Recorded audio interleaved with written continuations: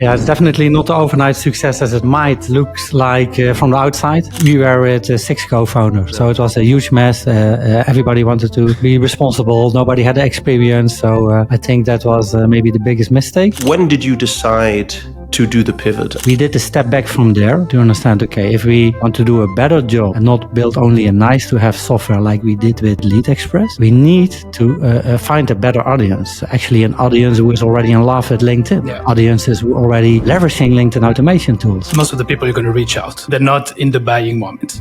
They might be a customer at one point, but they're not in the moment where they have, I need to buy this tool now. So I think for us, what works and we realize is you always have to add value. But on the other hand, nobody wanted to get in problems with LinkedIn. So I understood, okay, safety, that's actually by far the number one thing people care for. What's your biggest advice for a European company wanting to expand to the US?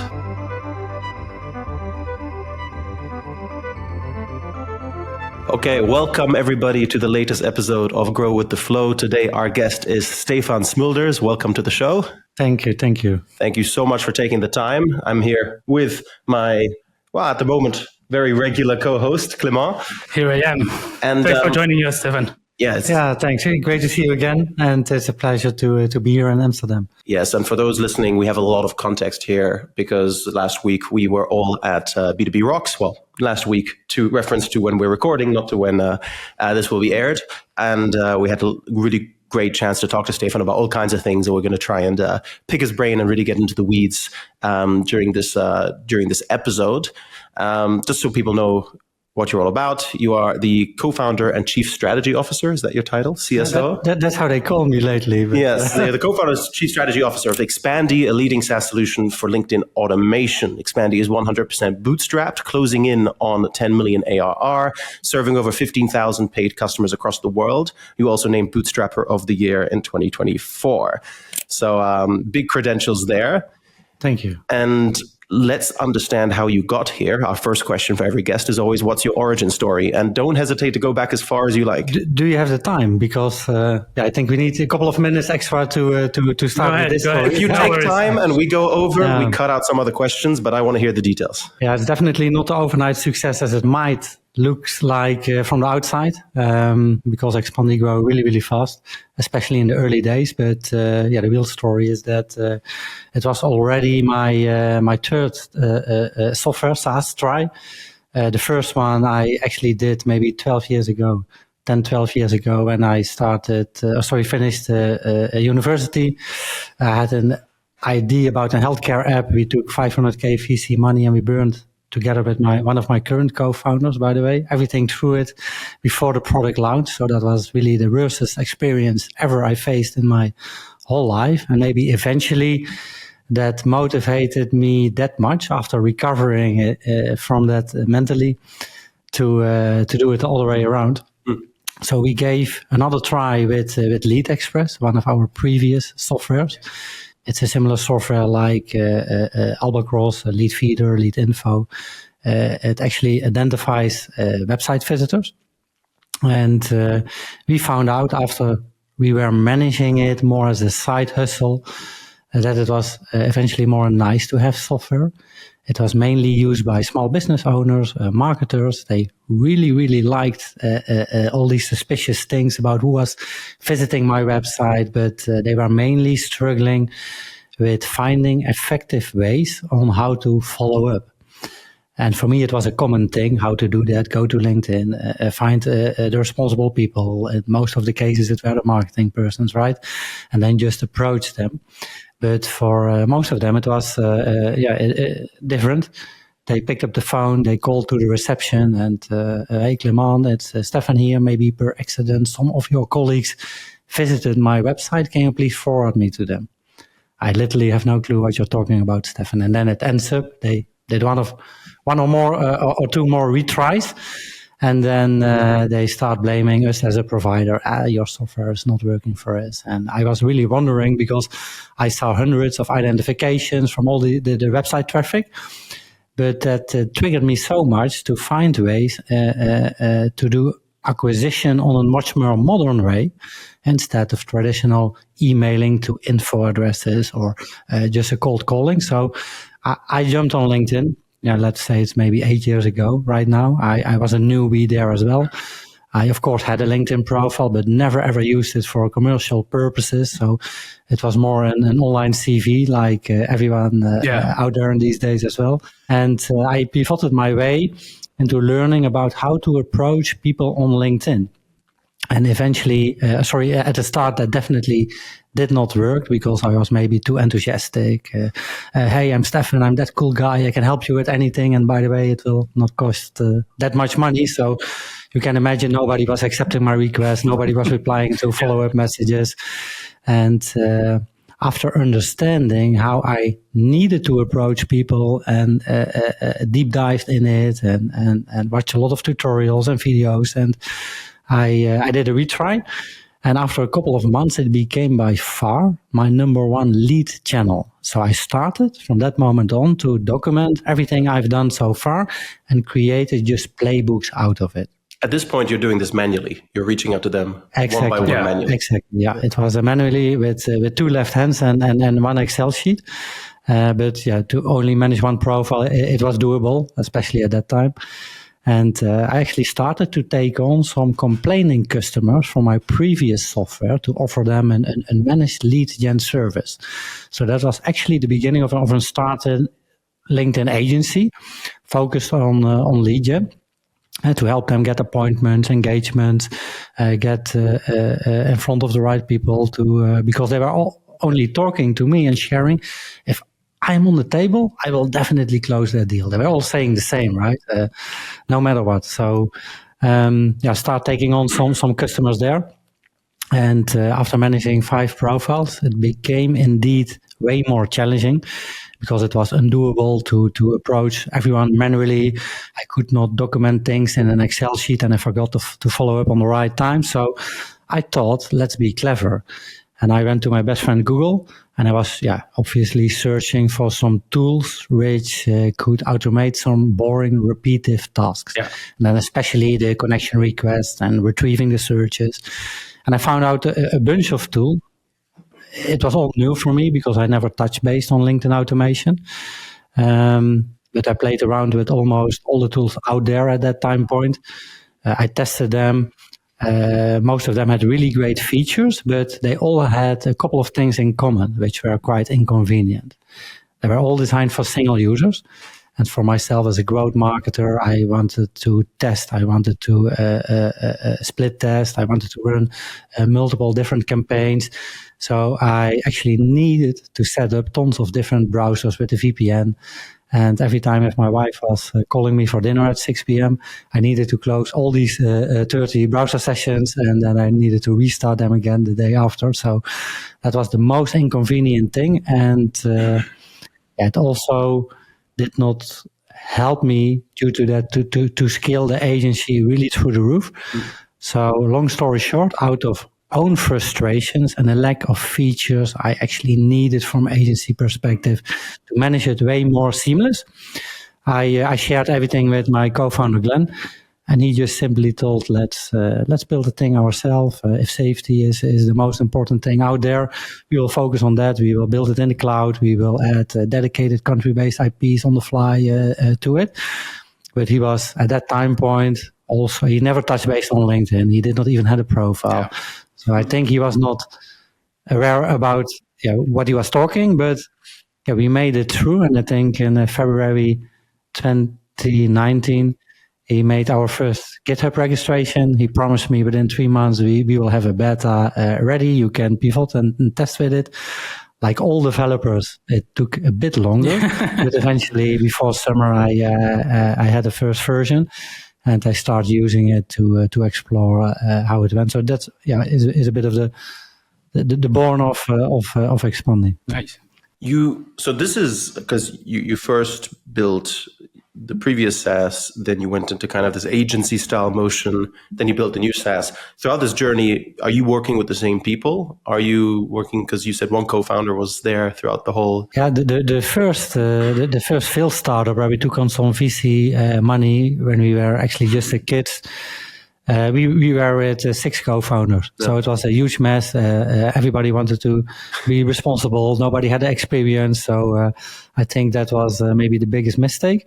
And one of them was one of my current co-founders. You've been on this journey since then until today. Yeah, with him. Yeah. Do you view then Expandi as a new venture, or is it a pivot from the, let's say, Albatross alternative that you had built before? Exactly. It's exactly that.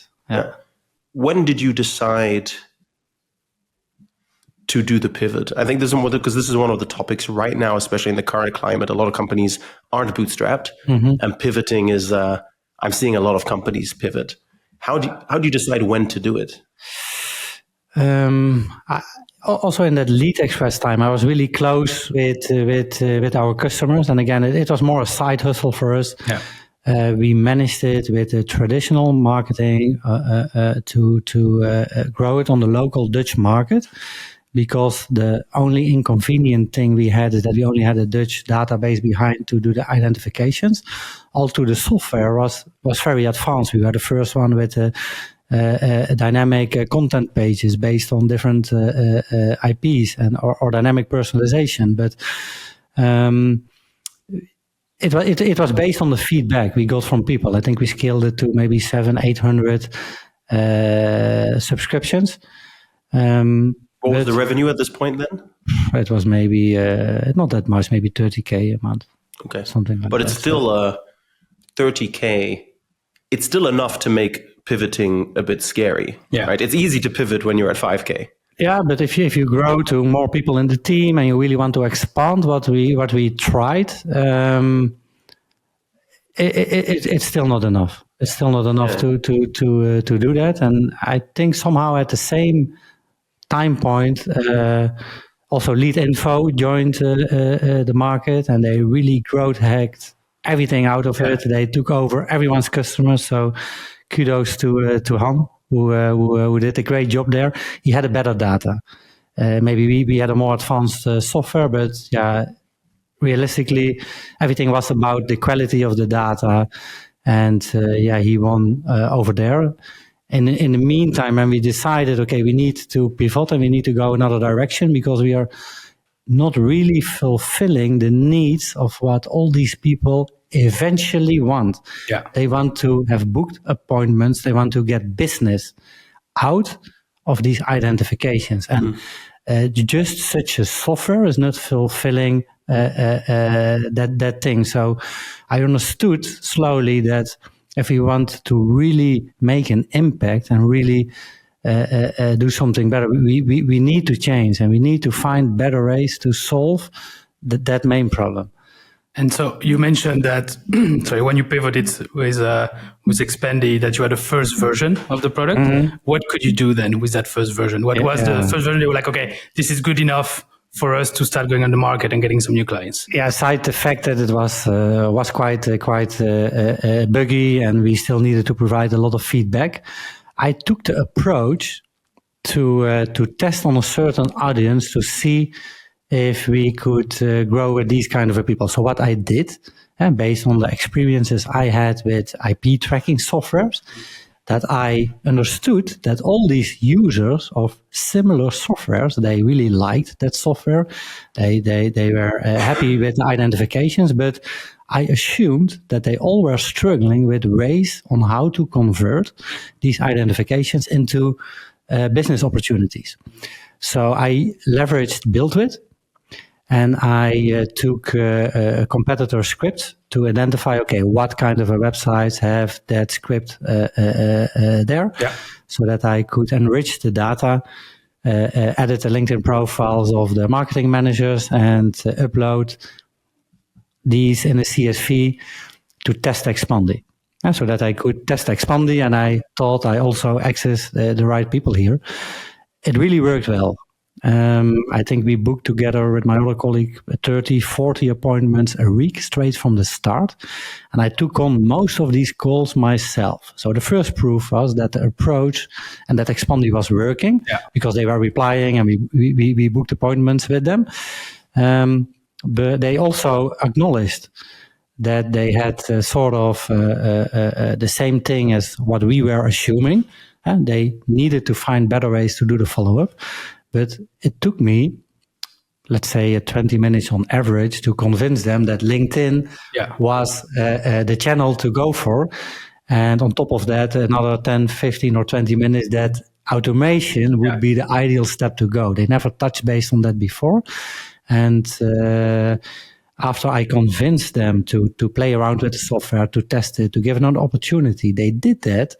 But after a couple of weeks or maybe 1 week, they came back. What I need to send to get a replies. Yeah. So they face the same challenges as I had in the early days, pivoting on LinkedIn, not knowing what I was doing. So we did a step back from there to understand, okay, if we want to do a better job and not build only a nice to have software like we did with Lead Express, we need to find a better audience. Actually, an audience who is already in love with LinkedIn. Yeah. Audiences who already leveraging LinkedIn automation tools, but who actually maybe have the same challenges as I had as a previous agency owner. Okay, yeah. So then I understood, okay, I'm actually the ICP myself. So we just need to find more Stefans. And that's how we shifted before we launched towards finding more agency owners and growth marketers, because they all were already in love with LinkedIn. Yeah. They were using automations. And they most likely had the same challenges as I had with all these Chrome extended tools. Did you start it? So when you started like reaching out to those people, did you also provide a methodology? Because the way I see it is like you could say, hey, this tool is great for automation, use it. But if you don't use it the right way, then it's not going to work. And people are going to say like, oh, I'm actually not booking meetings. This doesn't work. Because one thing is sending automatic flows on LinkedIn. The other one is doing it on a smart way with the right messaging, the right targeting. Were you providing some kind of methodology to ensure that your users had more chances of success there? Yeah, when I deep dived and analyzed the market more about, okay, LinkedIn automation, what it is it suspicious? Is it a bit gray? I found out after all, it's not illegal, not forbidden by law, but somehow, if you just look at black and white, and especially gray area at that time point, it was against LinkedIn's terms and policy, right? So it was a bit of a mixed feelings. Everyone I spoke to, and especially all my US friends, they were in love with such kind of a product because it was things go faster. They make more money, way more efficient than operating manually. Yeah. But on the other hand, nobody wanted to get in problems with LinkedIn. So I understood, okay, safety, that's actually by far the number one thing people care for. They want to use it, but they don't want to get in problems with LinkedIn. And at the same time, it was good for us. Some of our Chrome extended competitors, they got catched by LinkedIn. They cracked down, they came back. And maybe in reality, only 20 people lost their LinkedIn profiles, but the buzz around that topic was so huge that it looked like hundreds of thousands of people lost their LinkedIn profiles. Yeah. So I thought, if I pronounce Expandi straight from the start as world's safest software out there, that's what I did. And in the first couple of months after launching, I was praying each and every night that my co-founder Glenn and our small team kept everything apart. But I kept screaming louder and more and more. And that was the first thing. And to touch base on and come back on your question, all our competitors, they were hiding themselves somehow for LinkedIn, because maybe eventually they would be scared that Bill Gates should come one day and spank and crack all of these tools down. So it was quite hard to get in touch with the people behind these softwares. It was a bit anonymous. Sometimes there was only an email address and you needed to wait 3 days before they replied back, or a very bad operating live chat. So I thought, okay, if I do things differently and put myself as a frontier with my face to build trust in front of Expandi, Bill Gates will find me anyway, no matter where I am. He was at that time point the richest man in the world. Yeah, so he will find me anyway. But then I at least try to manage it like a human, a normal company, right? So that's what we did. And all the others, they made it even more easier for us because they were only announcing on their sites if you want to do a better job on LinkedIn, we 10x your results. Yeah. Oh, we 10x your results. We 10x your results as well. But nobody was teaching all of them on how to do that. So I thought, okay, if we use Expandi to design with our own profile, to design the best out-of-the-box tactics and growth hacks. And I really tested tons of them, things nobody's done before or which were not even published publicly. And only the best performing ones, I took them apart. I started to create with my small team playbooks out of it. With, okay, what was the real problem? The how, the why, how we connected the dots, the proofs in it, screenshots, results, everything. And we started on distributing all these growth hacks. How to LinkedIn outreach is dead. Nobody's replying to messages anymore. But we found a way to book 40 appointments a week. And we were so convinced about the quality because we've tested all these approaches ourselves. And I think that was huge at that time point. Yeah. On top of that, there was nobody who was screaming on LinkedIn about automation. So everybody thought, when I started doing this, who is this crazy Dutch guy? What is he doing? So a lot of attention came into our directions. And so we had a kickstart after the launch. The first post I did with such a playbook where we named it Steal all your competitor audiences and book 40 appointments a week, or the best growth hack for 2020 or something like that. The good old days. The good old days, exactly. It gave us so much awareness and so much people who wanted to have these guides that we repeated this strategy up until today, and it's still for us the best performing strategy. Yeah, it's really interesting because the reason we used Expandi originally was the safety, because we knew of people who were getting their LinkedIn accounts blocked and who were having issues, and we came across Expandi as like that option. So I think that it definitely, I mean, it obviously works given the success of the company, but I could also on a very personal level feel like that's still to this day one of the big reasons I use it, because I know that I'm not going to be messaging the same person twice. I know that a lot of the messy stuff that could happen when you're automating multiple messages to multiple people is just taken care of. I'm curious, you talked about, so you've sent, I'm guessing, thousands of LinkedIn messages at this point. You've seen thousands of people send thousands of LinkedIn messages. What are some simple tips for companies that are now starting to do outreach? What are things that just work? I think we all faced a huge shift, right? Because if you ask a random person who is doing outreach on LinkedIn about an opinion about automation tools and how to leverage it, they are all still, unfortunately, in the perception that it is about making connections as much as possible and sending follow-up messages. Yeah.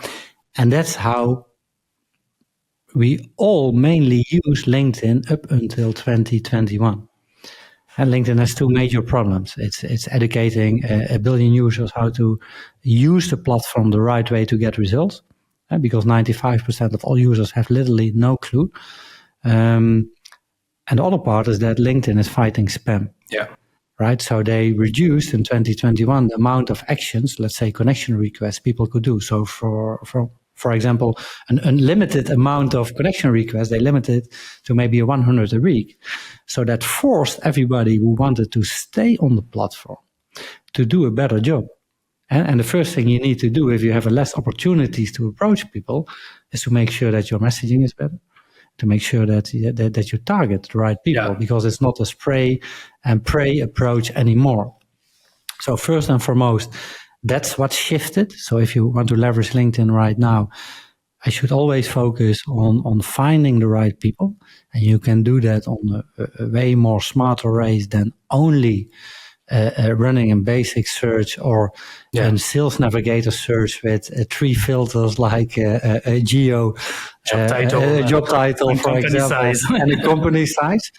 I think it's shifting more into the direction, because that's what LinkedIn also wants, that everybody is contributing somehow towards the creator economy and put your profile in a creator mode. It's still a huge opportunity because not even 5% of people are producing content on LinkedIn. But the most easiest way I think for the ones who want to start from scratch on LinkedIn is to make a target list of influencers or people who are meaningful in your industry and who already have a following, and start engaging with their content. Yeah. And then use a tool, in this case like Expandi, who is able to scrape within a split second all the people who are engaged with these content, and use that as a starting point. Hey, I also seen you're a fan of Clement and his post about XYZ, and build the flows that you following their profiles. I think it's something really interesting, because we also realized with a lot of clients, we use Expandi and we do some automation flow. And what we realized is that most of the people you're going to reach out, right? They're not in the buying moment. They might be a customer at one point, but they're not in the moment where I need to buy this tool now. So I think for us, what works and we realize is you always have to add value, right? So we realize if you want to contact someone, maybe ask for feedback on some tool. People love to give feedback. If that's not the case, try to invite them to an event, a webinar, share a high quality piece of content, but don't ask for book a Calendly meeting with me right now or do too much sales pitch. That's something that we realize doesn't work. So I think it's all about adding value and delivering value to those people. Yeah, I really like, by the way, that you touch base on live sessions or webinars, because that's also an obvious thing LinkedIn makes quite easy to host, right? Yeah. In a couple of minutes, you can organize an event. Let's call it a webinar for now. But if you set all these things up, people are in the assumption that if they do one post, that hundreds of people will join that live session. But that's unfortunately not the case. I played around with it tons of times, and the first couple of times I had 11 attendees. One was my wife, who's always supportive, a couple of colleagues, and my co-founder. But you need to define promotion strategies on how to get hundreds of thousand people in there. I really like and showcase value or your expert knowledge, especially among first degree users, because everyone is focused on gaining more followers, making more first degree connections. But if you're not engaging with them or they do not reply after a couple of retries, you leave them on the side and they are just sitting in your first degree connections and you have no clue what to do with them. So leveraging and hosting sessions to showcase your expert knowledge is a great way. Yeah, we talk a lot about, I think what we've seen is, and I like you said 2021, things started to change. I always use 2020 as that date from a marketing perspective. Back in the day, it was all about building a brand, knowing your customer and standing out, because you couldn't target intent. You couldn't target people who were in the market. You just had to target everybody and hope that you cross paths, that your ads, and I'm talking back when it was radio ads or TV ads or billboards, you had to just basically really focus the target market and really stand out, because you had to spend a lot of money. And then with the emergence of things like Google Ads and SEO, suddenly you could target intent. You could target people looking for something. And that made marketing very easy. I think between 2005 and 2015, marketing was a piece of piss. Like, it was easy because content marketing, you created content, there was not tons of competition, it just worked. If you were posting on LinkedIn, your reach was crazy high. If you were adopting the new features on LinkedIn, your reach was really high. Facebook reach was really high. And all that started to change around 2015, 2016. Social reach started to drop, email open rates started to drop. People just get kind of tired of it. It's partially because there's more competition than ever before. It's partially because there's lots of noise because of AI, and also just because everybody's doing the same things. So the shift we're seeing is you need to shift from this kind of lead generation approach to this demand generation, right? 95% of the people that you are going to sell to are not currently in the market. They might be in the market next week when their boss says, hey, we need to solve this problem. They might be in the market in 3 months or 6 months. So you need to just make sure that you create a lot of value points and touch points along this kind of customer journey. And we actually use Expandi as a way to push people into those value points. Just to bring them to the next step in the buying journey. Yes, although I'm not a believer that you can predict what the next step is going to be, right? So someone might talk to you at a conference, then they watch your video on LinkedIn, and then they attend your webinar. But it could also be the other way around. They might attend your webinar, forget about you, follow your LinkedIn. So I think there's kind of two things you need to do. Number one is maximize the amount of touch points that you create, right? If you only do webinars, then you only are going to get the people who go to your webinars. But if you do webinars, events, meetups, good content, and it's all valuable, you increase the likelihood that your ICP will touch base with your brand. But what I love about Expandi, and this is not a sponsored podcast. We just, we invited you because we love the tool. What I love about Expandi is you can take a very purposeful, direct approach to pushing people to that. And I give a really concrete example. We're doing this podcast interview with you. We're going to use Expandi to go after some of your followers to recommend them to listen to the podcast, right? If I reach out to, 200 people who follow you and who like your content and say, hey, we did this episode and he shared all his secrets, come listen to it. That's 100 people in my ICP that are now aware of our podcast. Maybe it takes 3, 6, 9 months for them to convert, but demand gen is a long-term play. Yeah, but they start following you guys. They also start to read your content, exactly. To watch the videos. So I think that's really the thing that we've seen most successful is using Expandi to actually boost your content play, get your newsletter subscribers, get your webinar attendees. I think that's way more effective than reaching out to someone and saying, hey, buy my stuff. Yeah, but that's the expert knowledge you guys have, and you really understand how to leverage such kind of a sales enablement tools. And for unfortunately, for most people, that's not the case because it's a small business owners, it's founders who want to get traction immediately. Yeah. And they are still in the perception because they miss all the part of expert knowledge on how to leverage such kind of a tool. So they sign up, they give it a try. It's not working immediately because it's a lack of strategy. Yeah. So therefore, I recommend a lot of customers to go like people, experts like yourself, because that increases the chances to just get a better result and the risk outcome. Is the philosophy around outbound is you can do 2 approaches to outbound, right? There's the numbers game, which is if I reach out to 1,000 people, 10 of them, 12 of them are in market looking for a solution. So it's a numbers game. So I need to reach out to 1,000 people to hit 10 high intent leads. But the other game is creating that intent. I'm going to reach out to not 1,000, but 500 people, and I'm going to try and make them aware of the problem, educate them, and get them excited. It's a longer term game, but it's also a much more effective game because if you do the 10 people out of 1,000, once you have meetings with those 10 people, you need to go after another 1,000. And the numbers just don't add up. It works maybe for a few months or a few years. Yeah, on the short term. But at some point you hit a wall. Yeah. And I think that the demand gen play is really what's powerful. I think people, this is what we do with the companies we work with, is use Expandi to push people towards those value points. Because there is no more, the organic reach is really hard to get. So yes, you should be active on LinkedIn and do thought leadership, but you're limited in how you can reach people. I think outbounding is the most direct way you can get people in front of your content. 100%. Yeah, you just need to get the messaging right. Yeah, 100%.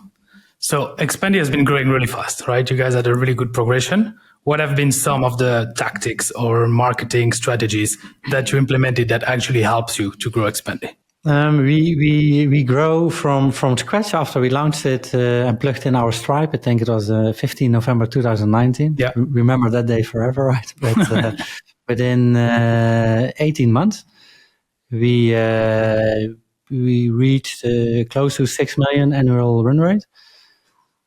So in 18 months. In 18 months. That's insane. I think within 6 months we reached our first million. 2 months later, 2 million. We closed the year on 3.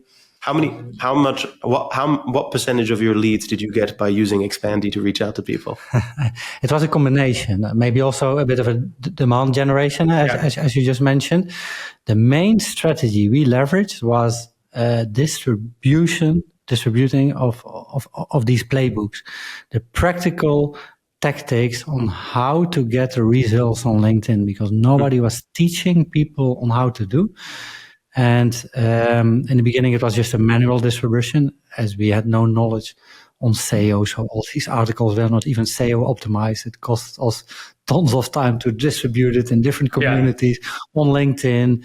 We were leveraging some engagement pods, which was in the early days of engagement pods at that time point. But it helped to expand the reach, and it was all new at that time point. But that was by far the main strategy. And I think on top of that, it's now called influencer marketing. Yeah. But at that time point, we just tried to make friends with meaningful people in the industry, and we approached them also by using Expandi.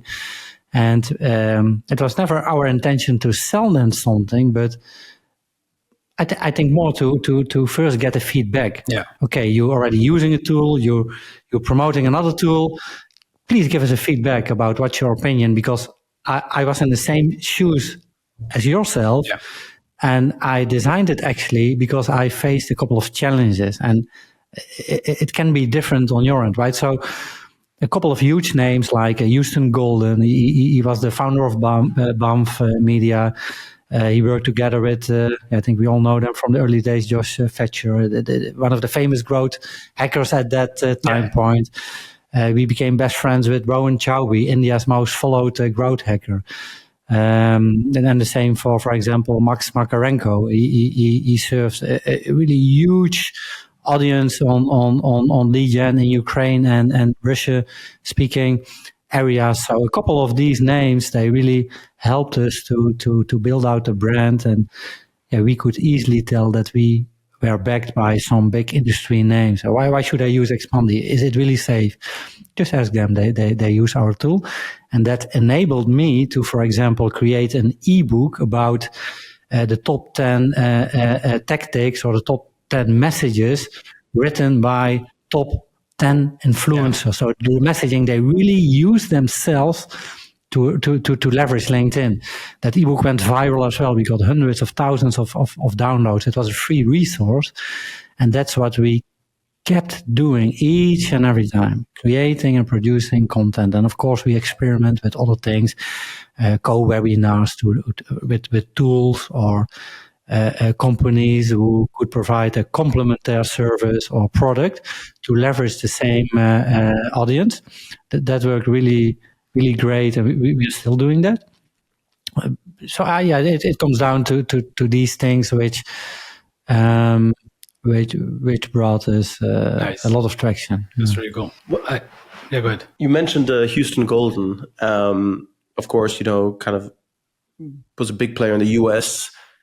You guys also, you gave a talk in Paris last week about how you expand into the US. Now, I think over half of your business comes from the US, yes. And you have 0 US team. No one based in the US, no one from the US. Exactly. We don't have a physical presence, an office, neither colleagues with a US origin. What's your biggest advice for a European company wanting to expand to the US? Yeah, you have so many things, right? But maybe let's keep it to a similar companies with a low ticket sales. Yeah. Because otherwise you can't compare these things.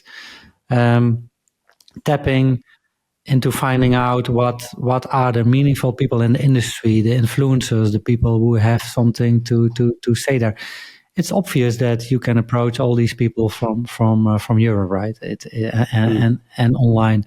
You can dive into US communities where people talking about similar products. It can be Facebook groups, it can be LinkedIn groups, and tons of other sorts. You can engage with other tools. So a lot of things, complementary tools. I mean, so a lot of things you can just do from Europe. And if you build a PLG motion, it makes all things way more easier because you don't have to cover demos in different time zones. And that I think it's really good that you mentioned that, because I remember when you were doing your talk in Paris, you had a lot of questions in the audience about people about, in my case scenario, how do I expand in the US? And I like that you were quite honest about, I think the answer is like, it depends. I think if you have a PLG, kind of SaaS company, then it's a different strategy than if you're a service company where for enterprise companies where your average deal size is 100K a month, Yeah. So I think there's not a clear way or clear path about how to expand the US. It really depends on what type of business you have, Is it true that, so you expanded to the US about 5 years ago? November we exist 5 years. So you expanded. Is it true that back then you didn't speak English so well? That's definitely true. The first demo calls I was running, I was really scared. I could not speak a proper English. I can remember that when I was a kid, just at a lower school, my mother was paying money to get me on extra English speaking lessons, but never really worked out, and I always tried to avoid it up until the moment that there was no escape anymore. I needed to do it myself, and I was running, I think, 702 demo calls in the first 4 months after launching Expandi, and I think 400 were with US-based companies. And if I hear back or watch back these Zoom calls, it's really funny. It was maybe the enthusiasm and the passion that people could respect it, but I was pronouncing words totally different, or in understanding that words. Yeah, it was really weird. It's the best way to learn at the end, right? Yeah, practice by doing. Yeah, I think 400 demos. I think that's probably the most unusual English learning program, but I think that's probably quite effective. I'm guessing a lot of those are in the middle of the night because exactly. Yeah, you were running them all from here. That's really cool and very respectable. I think that's. It takes some guts to get on those kind of sales calls when you're not 100% comfortable with the language. So that shows the kind of hustle needed. Moving a little bit away from like the practical side of the business, I think one thing that stands out when we first started kind of like becoming aware of you is that you are not born out of this Amsterdam startup tech bro scene, right? I think if people would look at your profile, you would look more like maybe not an underdog, more of an outsider, right? You're from Eindhoven. Eindhoven, of course, is the home of Philips. So there is, of course, some technology presence there. But you also mentioned in another conversation that you were never part of, the startup meetups and, those found like in the Netherlands, everyone has like their friends from the fraternity and then all the people that they hang out with, all the founder meetups and these kind of things. What was it like?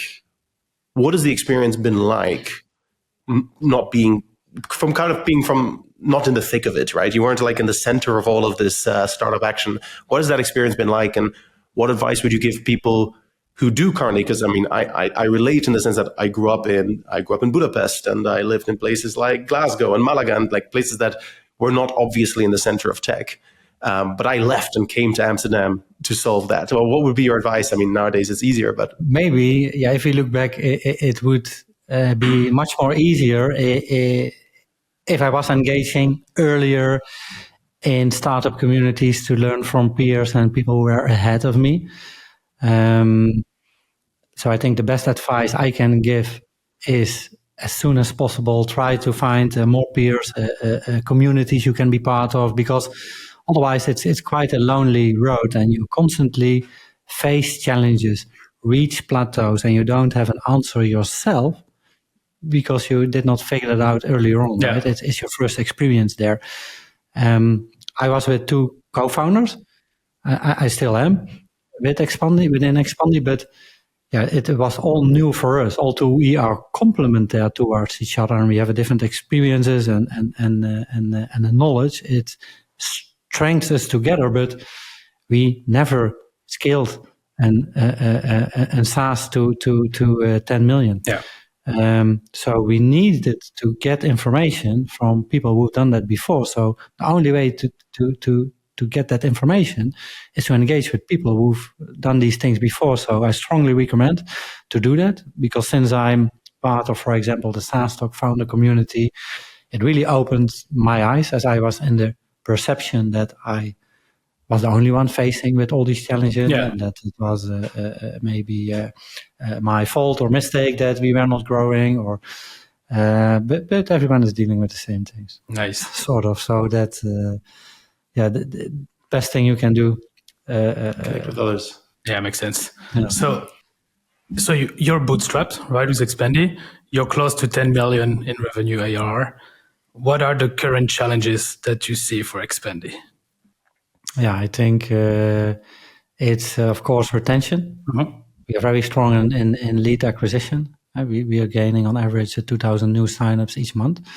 But if you take in consideration that, as I mentioned in the beginning of our conversation, that we were focused on ICPs like agency owners and growth marketers, and due to all the demand we created and the brand we've built, which is, I think, by far the number one in the LinkedIn automation space, we also attracted tons of customers on our self-service side who were not our ideal customer profiles at that time point. And if you have a tool which was designed by developers and started quite basic with a couple of features, and after a couple of iterations, we're just adding more features on top of the basic ones.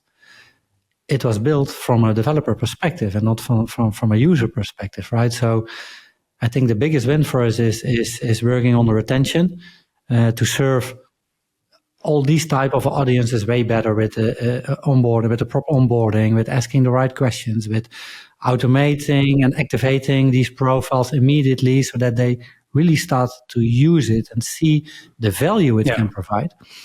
And I think creating stickiness, that's one of the next things, because all these customers of us, they're using tools like a Smart Lead instantly, and everybody's talking about Clay and want to push the data afterwards in HubSpot. So we need to think about building native integrations with all these tools to build more stickiness so that we will be a part of a whole workflow. Yeah. And then it's harder for people to escape because it's not only Expandi, but it's in the middle. Everything's connected. Everything's connected, right? So, and I think we're going to change a bit into the direction as LinkedIn is also changing. We touched base on that a couple of times.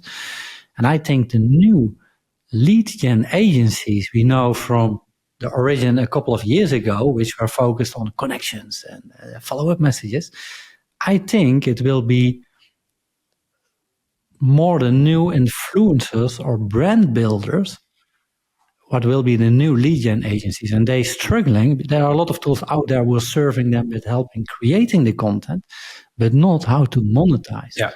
And how to monetize. If you build a brand and you want to leverage inbound flows and follow up on all your visitors, they are not all your ICPs, right? So you need to do a better job on the filters there and build these automated funnels. But if you create a content, you actually want that the right people see it. And so if your ICP is a salespeople, you actually want to attract or create reach only for these people. So we will build, let's say, a 2.0 and intelligent ways of creating engagement. And so that's a bit of the directions we go, and then help eventually everyone to monetize all these followers or people who engage with it. Yeah, I could also, from my experience, I can imagine that as you expand beyond the lead gen agencies and the growth marketers or growth hackers or growth people, like people who are just really familiar with automation tools, you're starting to expand into more and more people who are maybe less technical and need a little bit more help. Because I think that's probably the thing we see the most is if we go with clients, we say use Expandi, the ones who are technical, they jump in, they figure it out. The ones who are not so technical, very often also salespeople, a lot of salespeople are not super technical. That's changing, but they then need our help to get it all set up. Yeah. I can imagine as you expand your ICP beyond those more technical people that you also then need to think about how do you get those people make it easier for them to get set up and make it quicker and guide them. And exactly, because the mass of all the people, they have no clue. Yeah. They know that they need to do something and that a tool like Expandi can help them, but then it's just still a tool, and only a tool without a strategy will not solve the problem or get the results in. So good. That's great. Shall we move over to some fixed questions? Yeah. Questions we ask all guests. And it's fixed questions, so it's not rapid fire yet, but it's still like short answers. So I think the first one is, what's a controversial opinion that you have? That's an interesting question. I think if you stick to LinkedIn, that still everyone is in the perception that you need to focus on spray and pray approaches. Yeah. And I was somehow in shock when LinkedIn changed, that everyone was approaching me, even not Expandi customers or some huge agency owners, that, Stefan, do you have a workaround? Can we bypass these limits? And that not even one single person was asking me, okay, we want to stay on the platform, what we need to do to just become a healthy users in LinkedIn eyes, how we need to adopt and change our strategies. I was in shock. And I think most of users still have the perception that it is all about sending more, doing more. Yeah. And it's more about volume than quality, right? Yeah. So changing habits, it's maybe the most hardest thing to overcome. Nice. So what is your biggest or favorite fail? I think the one I publicly shared also on LinkedIn is that we have 2 revenue streams. By far our biggest one is the self-service side, but we are also serving agencies, right? Because that was our main ICP, because they were fluctuating in accounts. We decided in the early days to charge them afterwards, based on trust, with an invoice. And after being too soft, some were not paying immediately, but we were not closing the accounts. Yeah. So it popped up to maybe a 50K in some cases. And they actually never paid. They just switched to another tool and closed all the communication. Yeah. So I think that was the most painful failure we made in terms of losing. Losing money. Makes sense. So who do you learn from the most? Maybe it's not one person. I get, for example, a lot of inspiration from how Nathan Latka is approaching and evolving the SaaS space, but I also think Guillaume from Lemless, who's also doing a great job. But I also learn a lot from my co-founder Glenn, who is leveling up really well and seems like a fish in the water in the stage where we are now with the company. So I'm proud to see how he is taking the lead there. Nice. and keep us together. And I just try to gain as much as possible knowledge from experts like you guys and everyone who's contributing and actively involved in the space. All right, awesome. So the last one, but you're not allowed to answer Expandi. What is your favorite tool for 2024? I should say something with AI, right? Because that's one of the hottest. Well, April Dunford said her fountain pen, so it doesn't have to be AI. Due to all the noise, I say clay. Nice. Yeah. That makes sense.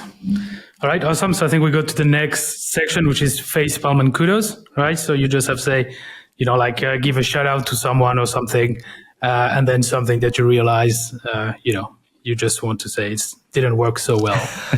So pretty easy. So I don't know if who wants to go first? We're recording a lot of episodes this week, so I'm going to go last because I still need to figure one out. Okay, so I'll go first then. And I don't have a facepalm this week, well, for this one, so I'm going to skip that one. But the kudo, I think, goes to Jolene, which is also like a co-founder at the Growth Syndicate that it's speaking tomorrow at SaaS in Amsterdam on the main stage.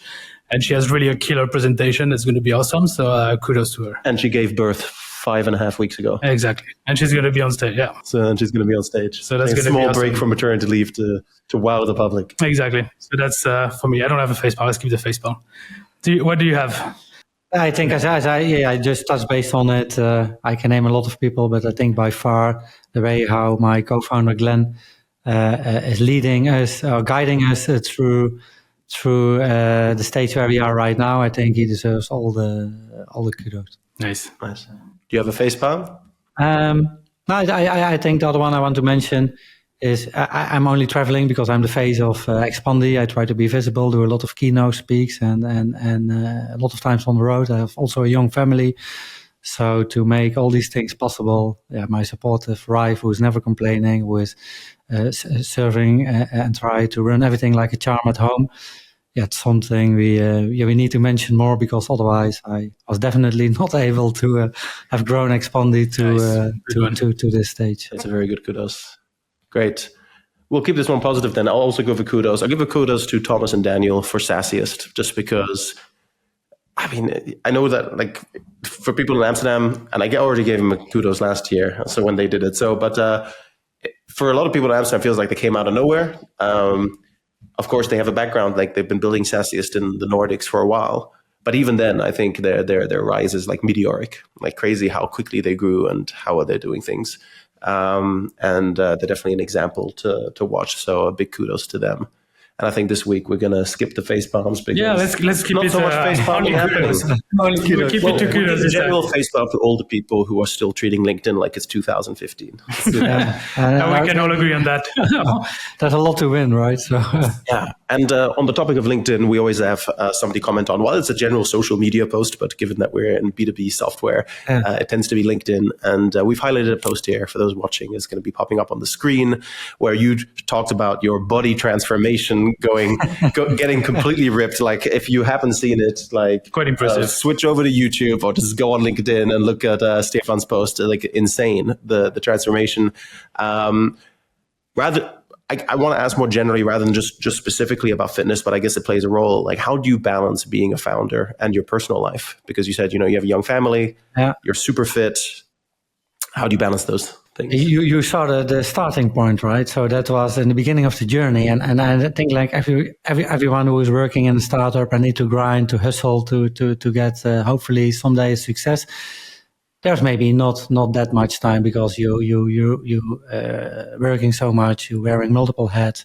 I did the same with the 17 hours a day to work in different time zones. So at the point where you realize and you have a young family that it's not something sustainable and you can maintain for a while, that was for me 2 years ago. I understood, I want to run it for many more years, and also understood the importance of health. Everybody told me it's impossible because you're only traveling. You have a football academy on the side. You also running. You have a young family. That triggered me to see if I still was able to do it. And just before I became 40 last year, I challenged myself to try to become in the best shape of my life. I was actually always sporting, but had no clue about the importance of food and did not understood anything on how to do it. So I thought, okay, if I really want to change, I need to approach it differently than I've done before, like with everything else in life. If you want a different outcome, you need to approach it differently, right? Yeah. So I took on a fitness coach for a couple of months, and in the first days after signing, I really thought, okay, maybe it's not the best idea, and I can do it myself. But it was maybe something naturally that I wanted to escape from the situation. And then after 3 or 4 days, I decided, okay, let's do just exactly what he says, and just give myself over to his expert knowledge. Mm-hmm. And I can only tell that it is definitely 70% about the food. Yeah. Because no matter how busy we all are, we can all bring it up to have 3 or 4 1-hour gym or sports sessions a week. That's not a clue, but focused 24 hours a day on what you can eat and what you can't eat. That's maybe more tough for a lot of people. Fortunate for me, I can eat very easy for function. So if you give me a list and I know what to do in what situation. For example, I'm dining a lot in restaurants and get invited for a lot of business dinners multiple times a week. If you're not knowing what to do, then it becomes hard. But if you know, okay, if you just eat the fish, the meat, the veggies, and leave the rest aside and don't drink alcohol, then it becomes quite easy to maintain a certain shape. So it's just about food knowledge, I think, that what makes a difference. All the compliments and all the respect you get from people, because you can say whatever you want or have your opinion about it. And I can imagine it's not everybody want to have it or want to look like it themselves. Yeah. People will have respect for it because they really see what discipline it takes to get there. And I think that's also an advantage because they trust you more. And you know, okay, if I do business with this guy, he definitely will fulfill on all the appointments he made because he's very disciplined. So I think it works in a positive direction business-wise as well. And because I need challenges. After finishing that challenge, I was thinking about, okay, what now? What's next? I can do things. I can bulk up But that was way too hard for me with all the travels and things. So I thought, let's just make a sport of it for myself to see how long I can maintain this shape. And that's already for 1.5 years right now. I'm on average, I think, on 9% body fat. And if I do a photo shooting or so, then I drop it to 7. But yeah, for me, I created habits out of it. It became quite natural right now, and I can't imagine another way to do it. Nice, very good, Bob. I think people will see the photo; it's actually quite impressive. So some people thought it was AI generated, but I dropped a lot on my Instagram such kind of a photo. So for the ones who want to check out more or chase me up on questions on how to do it, just feel free to send me a message.